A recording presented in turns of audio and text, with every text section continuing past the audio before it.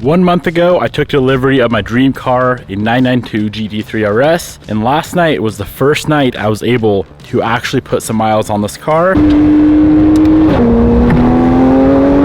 Now, unfortunately, the car is having quite a bit of issues that we definitely need to resolve before we keep stacking miles on it. Number one, I put the front lift up and now it is stuck up. Not sure why. Number two, it is very, very hard to see out of the windshield. So we're gonna get that replaced and we need to get these side windows replaced as well. Number three, none of the TPMS sensors are reading. And that is a pretty big problem because if you guys can remember back to when we put the new wheels on, I didn't put this wheel on because this tire is damaged on the inner sidewall. It'd be very nice to know if that starts leaking. Fourthly, this airbag system was having all sorts of issues. Before we head out to the shop, I got some important news. A few years back, I surprised Bobby with her dream car, the ultimate daily, a Civic Type R. Bobby has greatly enjoyed the Type R, but now this car is going home to one of you guys. 2019 Civic Type R, lowered on CE28, full bolt-ons, tuned, making 400 horsepower. I always say, man, stock for stock, Evo, STI Type R, I would pick a Type R out of the three, stock for a daily. This thing is freaking amazing. I would definitely be keeping it if I didn't have my black Type R, but just like the M3 I gave away a few months ago, this thing is going home to one of you guys. So every $3 you spend on the website gets you one entry to win this beautiful 2019 Civic Type R.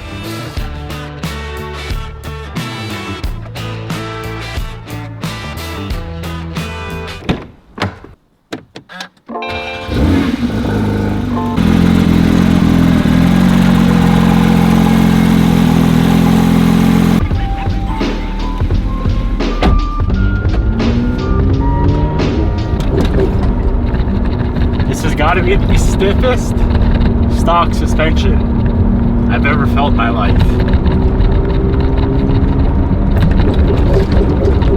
So I figured this is gonna be like the Huracan, where over a certain amount of speed, Huracan I think is over 45 miles an hour, the front lift will automatically go down no matter what. And that's what this car just did. So I don't know why the button wasn't activating it to go down. It'd go up fine, but I guess we just got to go over 45 miles an hour and it lowers it automatically.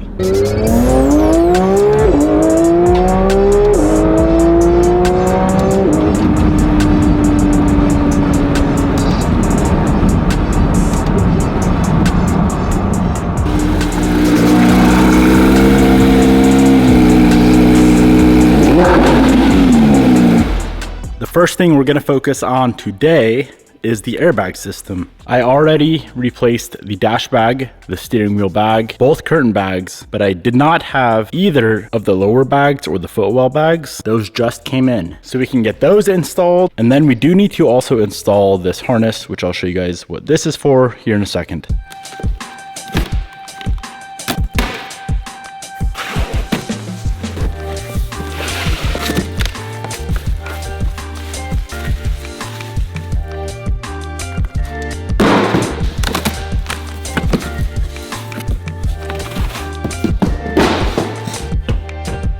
Both passenger and driver side knee bags are the same exact part number. And as always, anytime I do any airbag work, I like to disconnect the battery.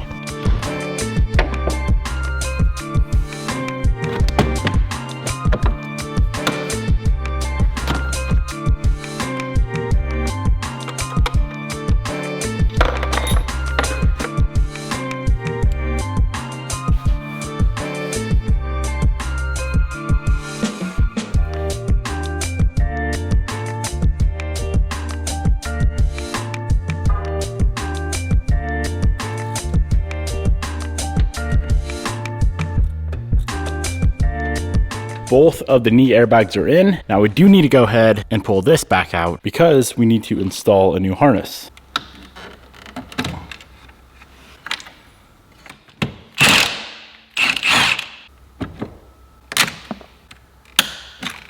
A lot of times when the steering wheel bag pops, it'll also burn these connectors, which it did on this car. So I went ahead and picked up a new harness. Now you can replace just the ends of this harness, but I figured let's do it right. It's a Gt3Rs. Let's spend the money and do it right.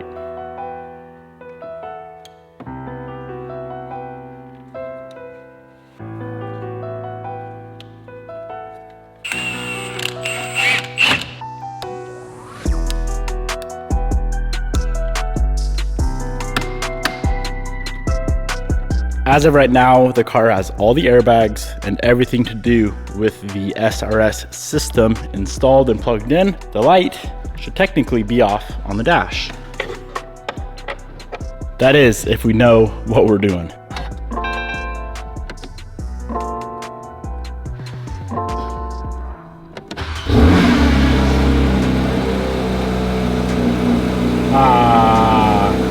It went off and then it came back on. According to the hotel, we have a million different codes in the airbag system. I'm gonna clear them and rescan and see what comes back up when I fire up the car.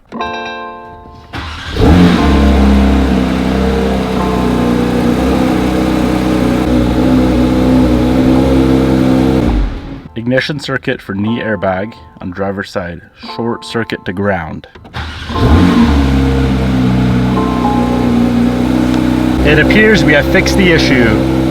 Let's read the codes again. No codes found. Look at that, boys. All I had to do was unplug and plug in the driver's side knee airbag and it fixed the issue. So it must not have been making contact all the way. I'm glad it was a simple fix. The airbag system is now 100% complete in the Gt3Rs. Well, I have the Autel scanner plugged in. I'm trying to sort out the tire pressure system as well. I did a quick calibration and now it's saying I need to go 15 miles per hour and I think it'll calibrate on its own. TPMS system is now working as it should. Moving on to all of the broken glass. So the windshield is completely destroyed where the airbag hit it, as you guys can see. And both rear quarter glasses are also destroyed from the current airbags. Thankfully, the door glass is fine, and most importantly, this guy. The windshield, I'm not comfortable replacing myself. I'm pretty confident those guys just bolt in.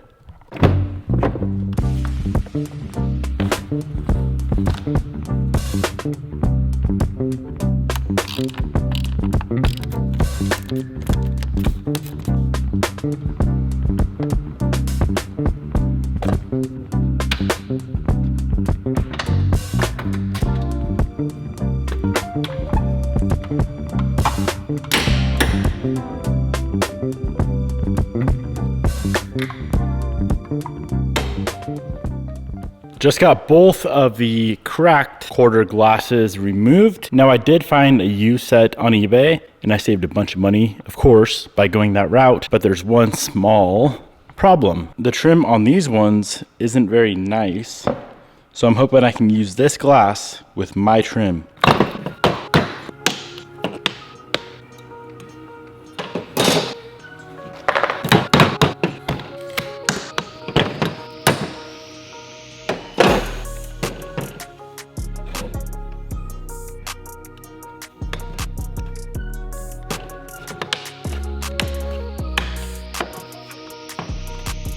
All right, there we go. No problem at all. Now the next thing is the tint. This whole car is tinted pretty dark. Now there is factory staining, but we need to go ahead and apply some tint over the factory stain like they did on this entire car, so it all matches.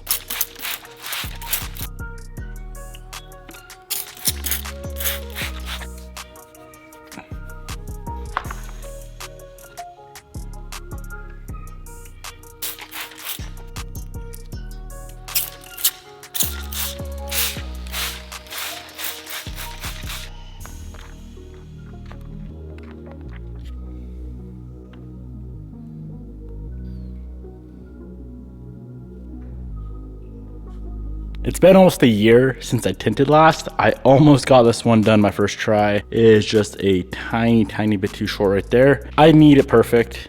I'm gonna redo it.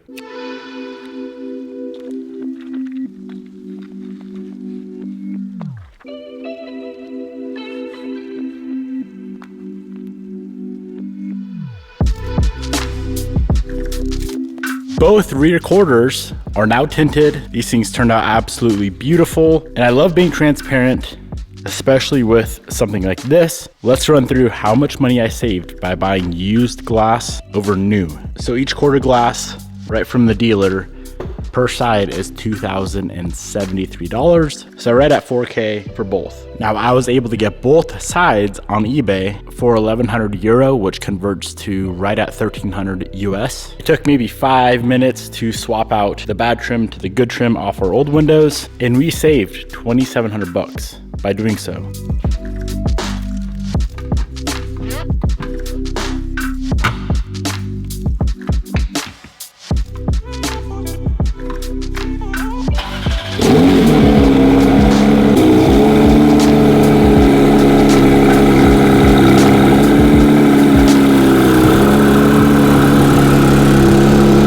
The new quarter glass is in, and now we're gonna head over to Northwest Auto Glass, and they have my new windshield in stock. We had ordered that up around a month ago, so let's go get that replaced.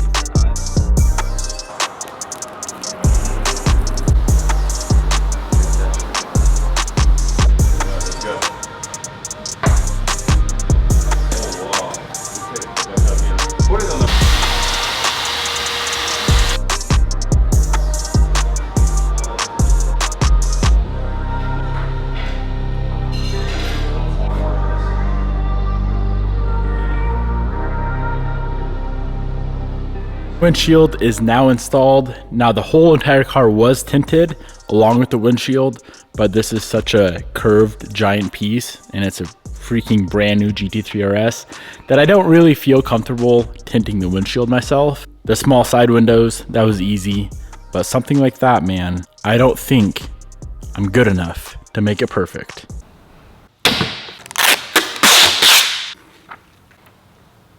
There were 2 pieces of dirt in the tint on this side, so you know I had to redo it. Now it's absolutely beautiful, and I just gave the car her first wash. All right, let's get the suspension 100% dialed in. So the tension arms, or the front lower control arms, just showed up. These are from Dundon Motorsports. So far, this is the only part where I spent more money than I needed to, and that's simply just because I'm so sick of waiting for these arms to come in from Germany.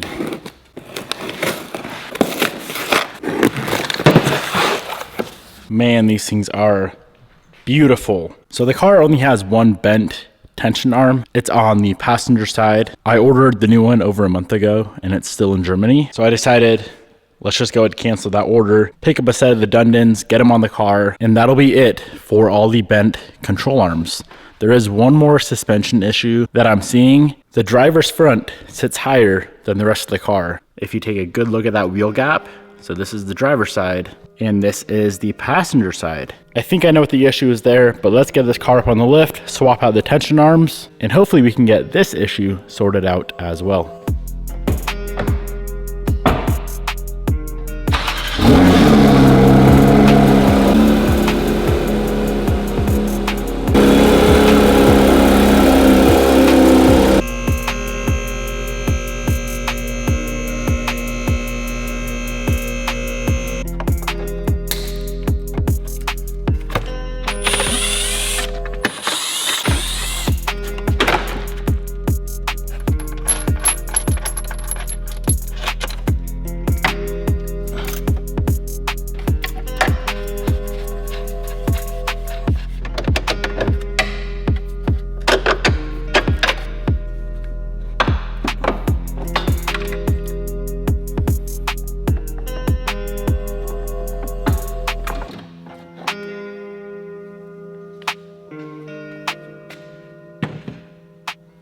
This is straight. Now this one is off the passenger side, and you can very clearly see that she's tweaked. Now the new Dundon arms are adjustable, which if we want to try and dial the suspension in any different than how the Porsche experts have it, we can do so. How we have the tension arm adjusted greatly affects the caster. Hopefully soon we'll get the car in for an alignment, but for now, to get it close, I'm just gonna set the new Dundon arms up to the exact length of the non-bent OEM arm.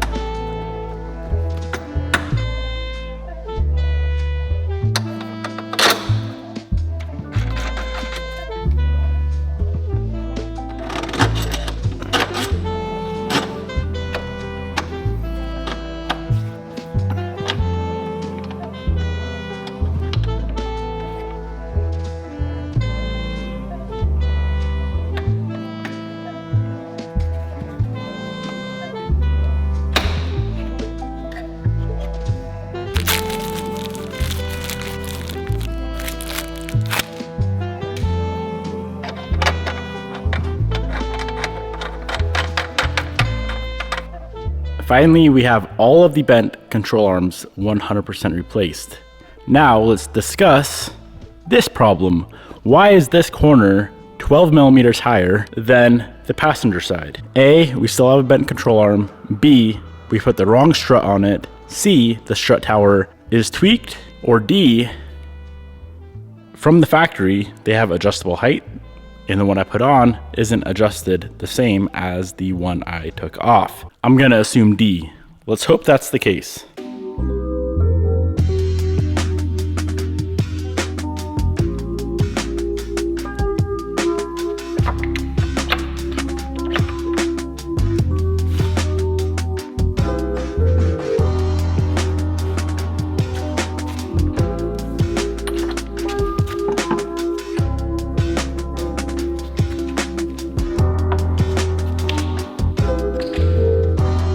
All right, taking a look at the strut we put on, we need to do a quick measure from here to here on the replacement and also on the one that was originally on the car. I can tell just by looking at it, this one is set much lower than that one. So the old one is measuring at 9 millimeters, and the one we put on is measuring at 17 and a half.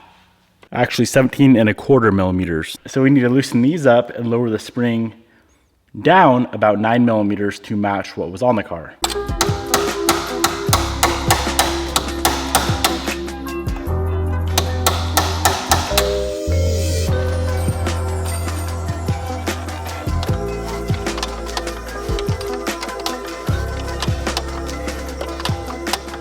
Now I am aware that this is adjusting spring preload.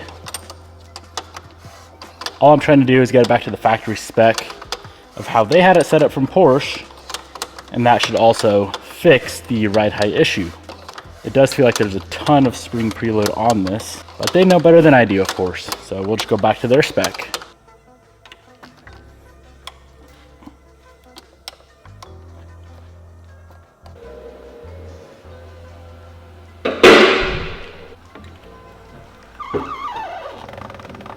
All right, back to factory spec on the suspension setup. That looks much better. I'm sure it's gonna handle better. I'm sure it's gonna align better. For reference, this is the untouched passenger side, OEM spec, and the driver side.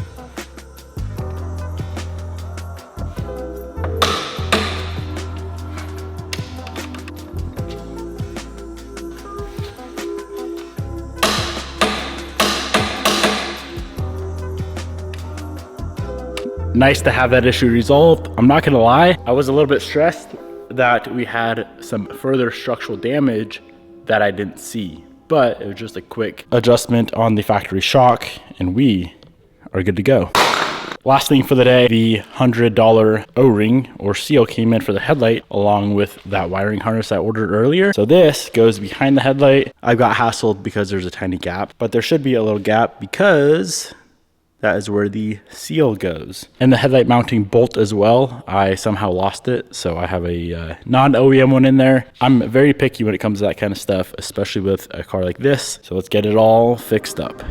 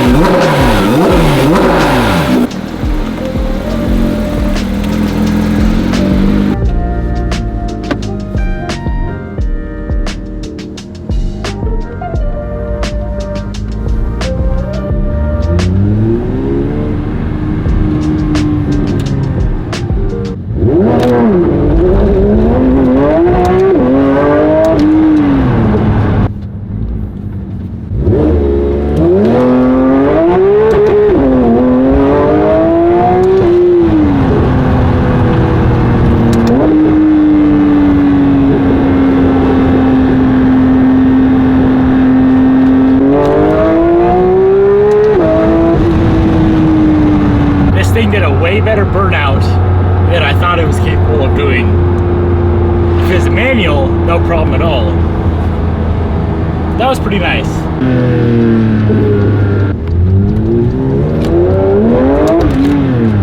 This thing is sick. Thank you. See ya.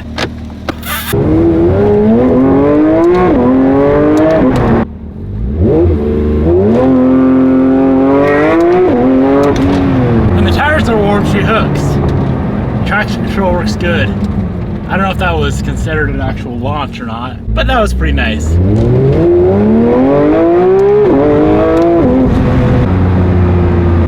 I'm glad I chose this to be the ultimate dream car. This thing is insane. And I'm just literally cruising around my neighborhood and it feels insane. And just like that, another 3RS episode coming to an end. Here is what's left with the project. This whole section right here, which is an aero flap, a bunch of ducting. We need all of that from Germany for the driver's side. Then we can get the front bumper cover installed. The car needs an alignment, which we can now do. Need a replacement tire and to get the proper wheel on the rear. Figure out what we're doing with the red logos on the car and then enjoy it. That's all that's left.